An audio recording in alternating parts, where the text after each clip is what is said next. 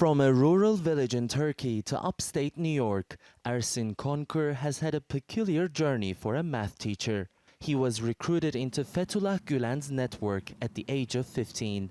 After that, the group determined his path in life, including his move to teach in one of the Gulen-affiliated schools in the US. But the day he qualified for permanent residency, he decided to expose the group.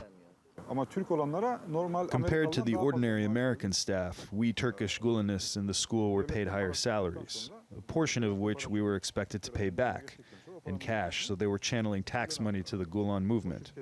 They do this also through companies they establish to do business with their schools, or they buy buildings just to rent them to their own schools for higher prices.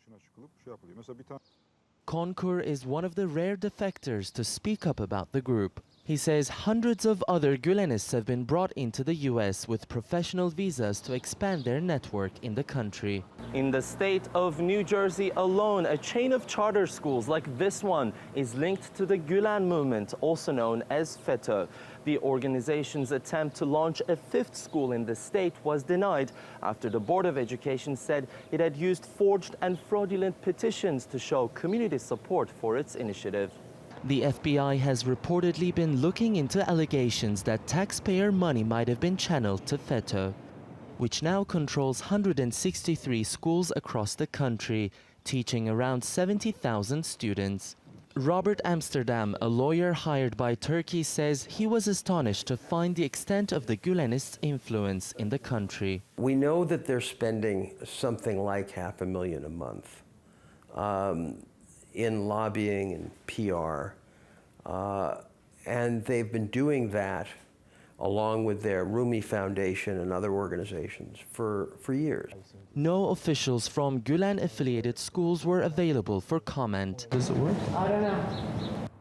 And equally hard to reach are dozens of think tanks and cultural organizations connected with the group. They're listed in directories, but with no phone numbers or officials to talk to. Turkish immigrants in the US have been trying for years to expose and limit the group's influence there. We still don't understand how come Islamic cleric has $1 billion to manage the whole organizations globally. There are over 200 Gulen-linked organizations in the United States nationwide, and most of them is focusing on cultural, business, lobbying, and education. The extent of the Gulenists' network and agenda in the US remains unclear, because what's public about the group reveals only the tip of the iceberg. Ediz Tiyansan, TRT World, New York.